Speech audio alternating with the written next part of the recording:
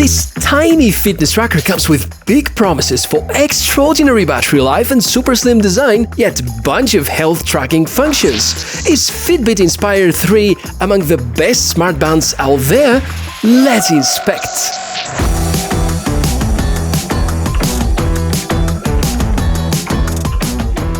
Hi, really nice to meet you. I'm Michael, and here on the channel we inspect a lot of cool and fresh tech, and in the past weeks, among many other gadgets, I had the chance to try out this new fitness tracker by Fitbit. This is the Inspire 3, and in this video I would like us to focus on the hardware features, the software features, the real life experience, the tracking accuracy, and overall to find out whether it really deserves the price you gotta pay for it. You probably remember that Fitbit was acquired by Google a few years ago, and ever since we expect to see their devices blooming. The Inspire line has always been about providing good, elegant, slim fitness trackers at a rather affordable price. Fact is that it's been launched for $99, and within this budget, you can buy yourself 2 Mi Band 7 devices or a bunch of other older Honor Band 4 or 5 models. So not ideal in terms of money, but still cheaper than Garmin's Vivo Smart Bands.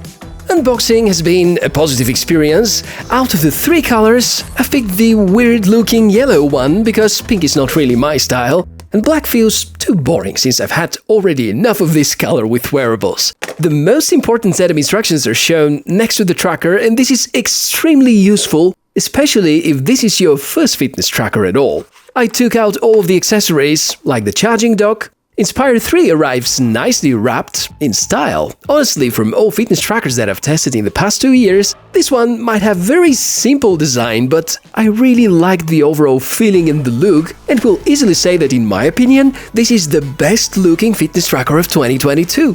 2 strap lengths are included for people with smaller and larger wrists. Mine has a medium size, and I was barely able to use the smaller size of the strap. Swapping them is quite easy, and I expect to see a number of aftermarket colorful alternatives, just like for the second generation of the tracker.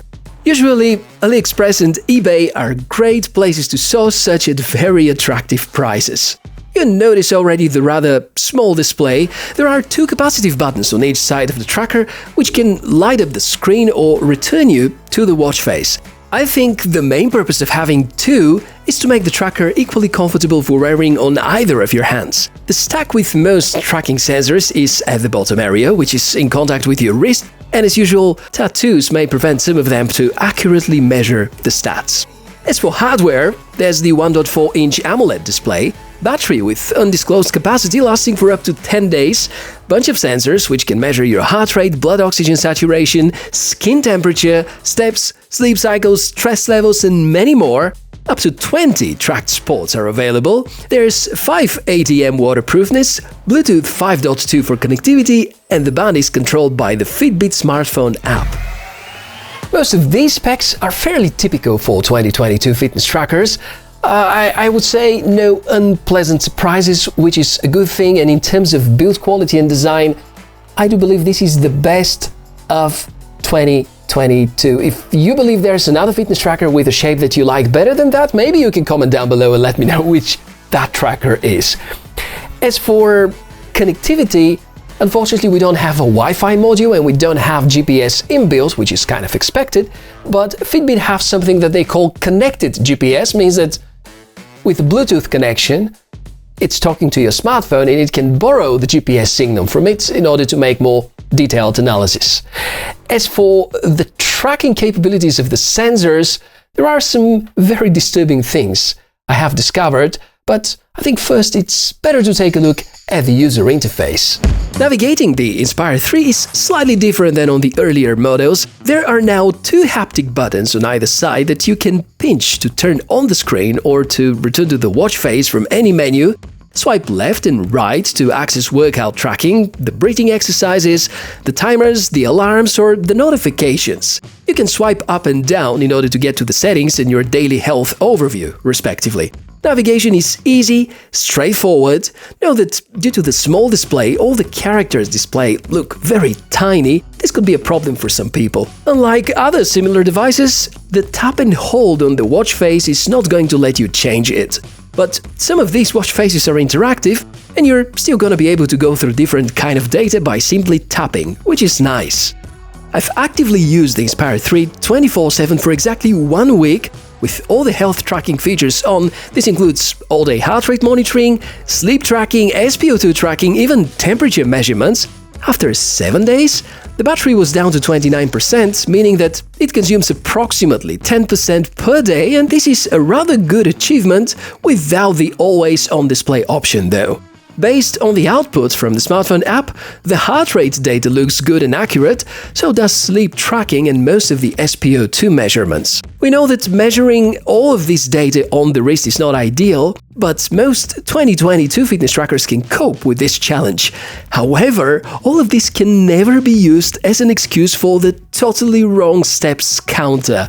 I figured out that sometimes basic activities like using a computer mouse can trick the tracker that you're actually walking, and there have been days when I'm busy during the whole day at home and I don't even go outside for a walk, and Fitbit Inspire 3 is trying to convince me that I've done more than 8,700 steps with distance covered of close to 7 kilometers, while the truth is that I've made no more than 3,000 steps confirmed by the measuring of a Amazfit Band 7, which I was testing at the same time. So there's a serious issue with the steps counter, and this is with the current in early October firmware. I hope it's gonna be addressed sooner or later, just letting you know that in the last 4 years of testing wearables, I haven't seen results that are so wrong. The part which I couldn't really measure about accuracy is the temperature output. I believe that this feature alone, combined with menstrual cycle tracking, could be invaluable to the main customer target group for this tracker, namely you, dear ladies. If you wonder how notifications look like, well, you can partially read their content. You can, well, filter which apps are going to push their notifications to the tracker, and you can even respond. The feature, which is really cool, is the transliteration. No matter the alphabet, the tracker can convert to Latin characters. Try this with Cyrillic. It works well. There also is a convenient alarm function. Test it as well, and works fine. The vibration is not intrusive, but at the same time, it will definitely wake you up. I like the fact that most of the firmware of this band is designed based on apps, so some of them you can uninstall or just update, meaning that you can remove certain features of the tracker and perhaps slightly increase the battery life. Installation of third-party apps is unfortunately a no-go. While I'm showing you the smartphone app, let us check the section with the watch faces. I've counted exactly 21, and currently these seem to be all that you can count on. The other sections of the smartphone app are well designed. All the fitness analytical sources are grouped at one page, where you can go back and forth in time, and also, I like very much the trends section. It can be super helpful about making conclusions and developing healthier habits. Just reminding you to be careful with the big issue around the steps counter. I have to also point to the very annoying reminders about premium membership, costing close to $90 per year. It's clear that companies really need this subscription-based model to build sustainable business, but I would expect from a $100 fitness tracker to be halfway there, for free. Since this clearly belongs to the drawbacks, here are some more. The too small display, because let's be honest, there's a lot more space to fit a bigger one, the limited amount of workouts and watch faces, and the quite basic operating system. But even with these drawbacks, I think the Inspire 3 by Fitbit is a very good choice, and it will definitely attract a lot of customers who prefer to stay away from Chinese products and trust a bit more software and hardware development done in the United States. And even despite these facts, knowing that this really remarkable slim design, the solid feature set, and also the awesome battery life that will guarantee very successful times about the Fitbit Inspire 3. And on the other hand, we shouldn't forget the fact that it costs almost twice more than meaningful competitors like Xiaomi Smart Band 7, the Huawei Band 7, the Galaxy Fit 2, and many other fitness trackers. So that's been everything about the Inspire 3. In case you have questions or you would like to share about your own opinion, please be invited. Comments are down below the video. As usual, link to the product, more information, how you can support the channel is posted in the description area. It's been so much fun to present you this new gadget, and a lot more reviews are coming on the channel, so be subscribed. My name is Michael, wishes for a fantastic day. I'll see you soon.